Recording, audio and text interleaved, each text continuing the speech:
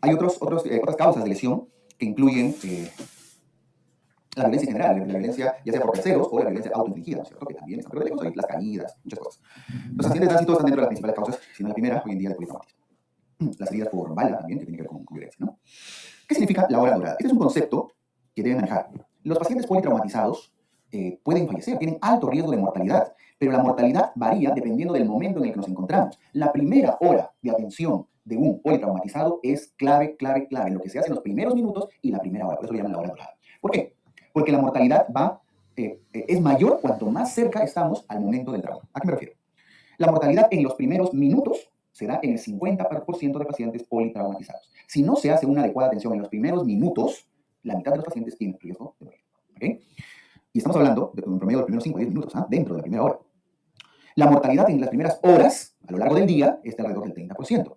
Y la mortalidad ya después de varios días o incluso semanas ya es mucho menor, alrededor del 20%. ¿Okay? La mitad de los pacientes que mueren, entonces, ocurren dentro de la primera hora, en los primeros minutos. Y es importante que vean esto porque son los dos picos. La primera hora, luego el otro pico, la siguiente hora dentro del primer día, las siguientes horas, y luego el tercer pico ya más chiquito, días o semanas después. Más o menos así. Si hacemos una esquemita, ¿no? Ahí está. El pico de mortalidad de los primeros minutos, luego un segundo pico en las primeras horas, y luego baja, baja, baja, y un piquito en los siguientes días o semanas. Este es el punto clave, la primera hora.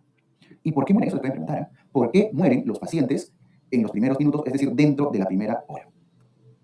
Ruptura de grandes vasos, lesiones vasculares severas, severas. Grandes vasos, no estoy hablando de un vasito, de sangre del dedo, no, grandes vasos, lesiones aórticas, lesiones de vena cava o incluso de grandes vasos mesentéricos, de ramas directas de la aorta, vasos ilíacos, etc.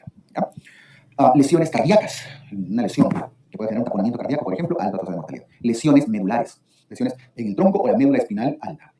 ¿Ok? Eso es dentro de los primeros minutos. Luego viene, luego de la primera hora, pero dentro del primer día, voy a poner acá, luego de la primera hora, pero dentro del primer día, ya generalmente hematomas epidurales, hematomas sudurales. Esa lesión epidural, sudural se refiere a los hematomas, ¿no? Los hematomas intracraneales, que en la neurocirugía lo van a ver. Al hemoneumotórax, tanto hemotórax como neumotórax. Fracturas pélvicas, fracturas de huesos largos y sobre todo fémur, porque deben saber que la fractura de fémur lesiona la arteria femoral, o puede lesionarla. Y la arteria femoral es un vaso grande que sangra, sangra, sangra y puede llevar a un paciente al shock, al igual que una fractura pélvica que también puede generar lesiones vasculares. ¿Ya? Y acá entran ya las lesiones abdominales, estamos hablando de lesiones hepáticas, lesiones esplénicas probablemente. Entonces, en la primera hora, estos tres, acuérdense por favor, se los pueden preguntar. Causa de lesión, de muerte en la primera hora. Y luego, después de días o semanas, si el paciente ya sobrevive, digamos, a lo primero, puede morir por sepsis o por un daño multiorgánico propio del shock al que ha estado expuesto el paciente, ¿no? Creo que está bastante lógico. Entonces, acá, esto es lo que quisiera que se acuerden más todavía, ruptura de grandes vasos, lesiones cardíacas y lesiones troncovertebromedulares, sobre todo, ¿ok? Cuanto más alta sea, más alta la tasa de mortalidad. Luego acá lesiones que puedan comprometer sangrados importantes, ¿no? Ya sea hematomas arriba, en el cráneo, en el tórax, en el abdomen o incluso en las extremidades. Y luego sepsis y daños posteriores, secuelas. Listo. Esto corresponde a la tasa de mortalidad. Por eso es que cuando un paciente ingresa politraumatizado a una emergencia, hay 3 radiografías que se les tiene que tomar. Las 3 radiografías mínimas que todo paciente politraumatizado, independientemente de del estudio posterior corresponda, las 3 básicas son radiografía de la columna cervical. Columna cervical. ¿Por qué? No olviden que estamos hablando de lesiones vertebromedulares altas. Cuanto más alta la lesión, es más peligroso, ¿no? Por eso es que hay que hacer radiografía de columna cervical. Luego, de parrilla costal. Parrilla costal.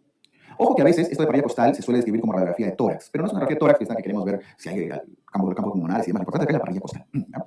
Pero es válido que le digan tórax. Y la radiografía de pelvis. Son las 3 radiografías que todo paciente de politraumatizado debería recibir, sobre todo en el contexto de un accidente de tránsito.